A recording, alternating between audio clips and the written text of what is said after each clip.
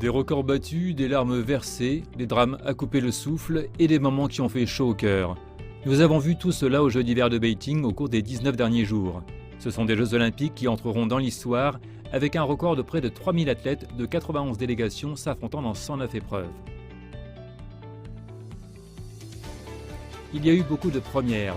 La nation insulaire des Caraïbes, Haïti et le royaume du désert, l'Arabie Saoudite, ont rejoint pour la première fois le spectacle par temps froid, chacun étant représenté par un seul athlète.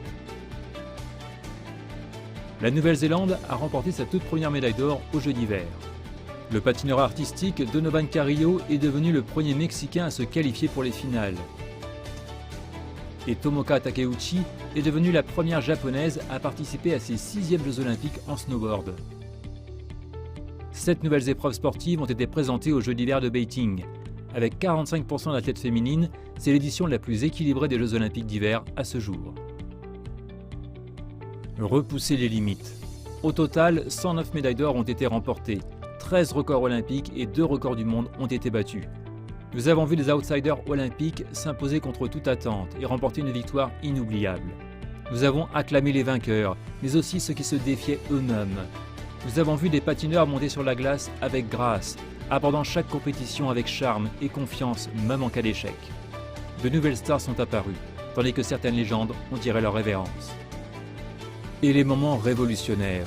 Nous avons vu les concurrents encourager le succès des autres, l'exemple le plus pur et le plus inspirant de la tradition olympique.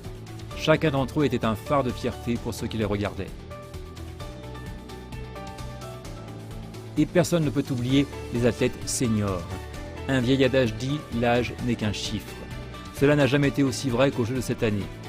2 jours après la cérémonie de clôture, la légende allemande Claudia Pechstein, qui devait avoir 50 ans, est devenue la femme la plus âgée à participer à des Jeux olympiques d'hiver. Beijing 2022 était en fait ses 8e Jeux. Beijing 2022 a permis à plus de 300 millions de personnes de s'intéresser au sport d'hiver. C'est presque un quart de la population de la Chine.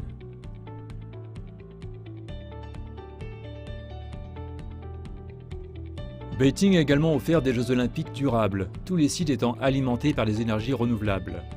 Les responsables affirment que grâce à la réfrigération au CO2, ils ont économisé 20 à 30% d'électricité par rapport aux méthodes traditionnelles de fabrication de glace.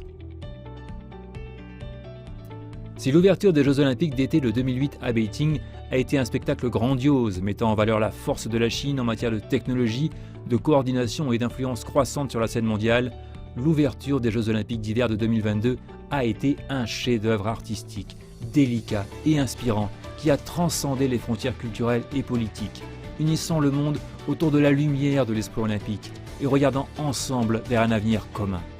Beijing 2022 a été le premier événement sportif majeur à se tenir dans les délais depuis le début de la pandémie de Covid-19 et certainement un début remarquable pour de nombreux autres à venir.